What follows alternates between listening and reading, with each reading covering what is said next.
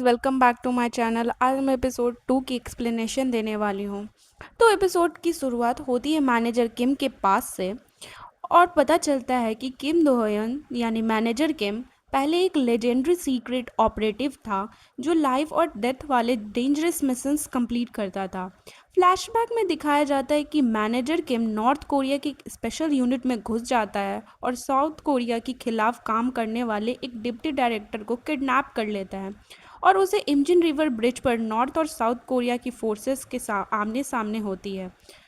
तब मैनेजर किम उससे कहता है तुम और मैं यहीं साथ मरेंगे और उसके बाद कार को ब्रिज के नीचे गिरा देते हैं।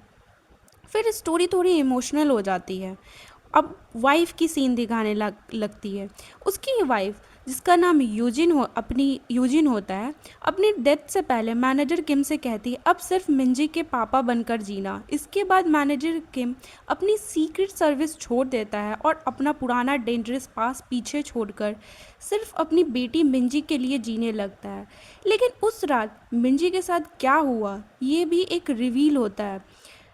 जो हैरी संग मिनहो और उनकी गैंग नामहुन का फ़ोन नामहुन का फ़ोन यूज़ करके मिंजी को एक मैसेज आता है और उसे स्कूल के पीछे वाली गेट के पास बुलाया जाता है। वहाँ उसे धमकाया जाता है और घुटनों पर बैठने को बोला जाता है, लेकिन मिंजी मना कर देती है।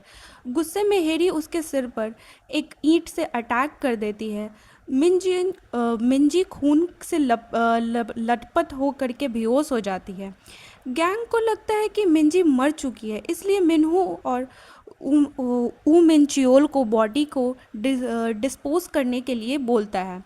जब गोल्ड टूथ को पता चलता है कि हैरी एक पावरफुल और कंस्ट्रक्शन चेयरमैन की बेटी है तो वो मिंजी को कार के ट्रंक में डाल देता है और सबको लगता है कि मिंजी मर चुकी है।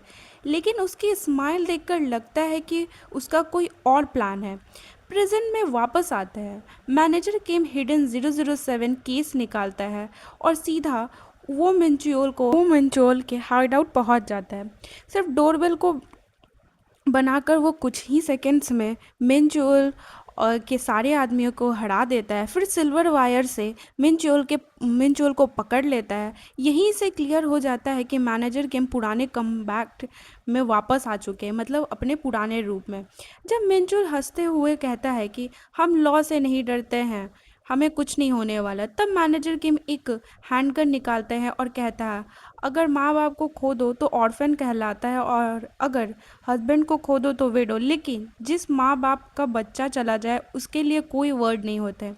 फिर वो मेंचुअल की बात उसके खिलाफ यूज़ करता है, बोलता है बोलता है कि अच्छा अच्छी बात है, लेकिन मैं फिर एक लॉलेस मिडिल एज बन जाऊंगा। इतना कहकर वो मिंचोल की थाई में गोली मार देता है और वार्निंग देता है मैं तुम्हें इसलिए ज़िंदा छोड़ रहा हूँ क्योंकि मुझे अभी भी यकीन है कि मिंजी ज़िंदा है। अगर वो ज़िंदा नहीं हुई तो सब मरेंगे।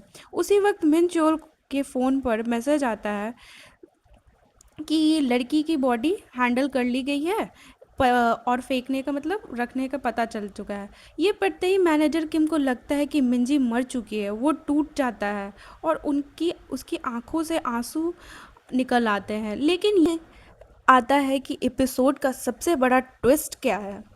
तो कार के ट्रंक के अंदर मिंजी की उंगली हल्का सा मूव करते हुए दिखती है, मतलब मिंजी क्या जिंदा है।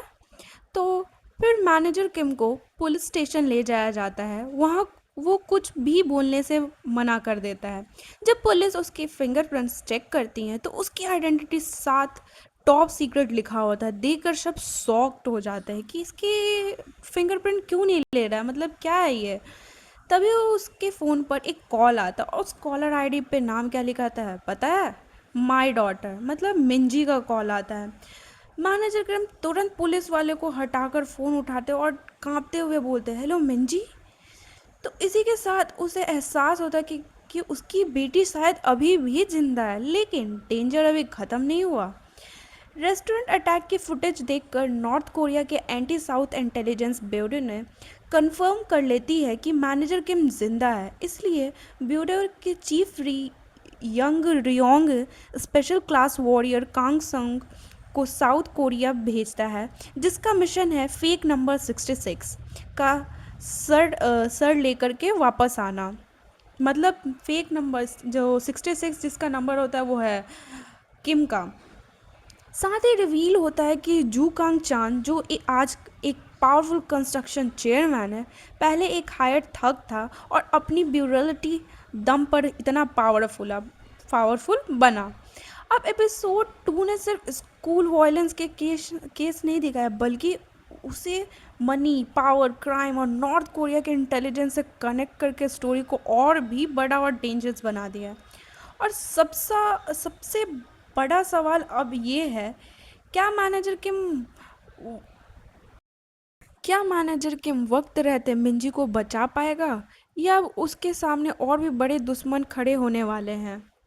नॉर्थ कोरिया वाले ने मैनेजर किम को ख़त्म करने के लिए अपने डेंजरस वॉरियर को एक्शन, इमोशन और ट्विस्ट से फुल पैक था। और अब एपिसोड 3 और भी डेंजरस होने वाला है। भाई मेरी रिव्यूज़ के लिए तो 10 आउट ऑफ 10 है, क्योंकि माइंड ब्लोइंग क्या स्टोरी बनी है, एकदम बहुत ही अच्छी स्टोरी है। अगर आपको एपिसोड 2 ने अब शॉक कर दिया तो लाइक ज़रूर करें और एपिसोड 3 का रिकैप मिस मत करना। Okay, bye bye. लाइक करो, शेयर करो एंड सब्सक्राइब करो।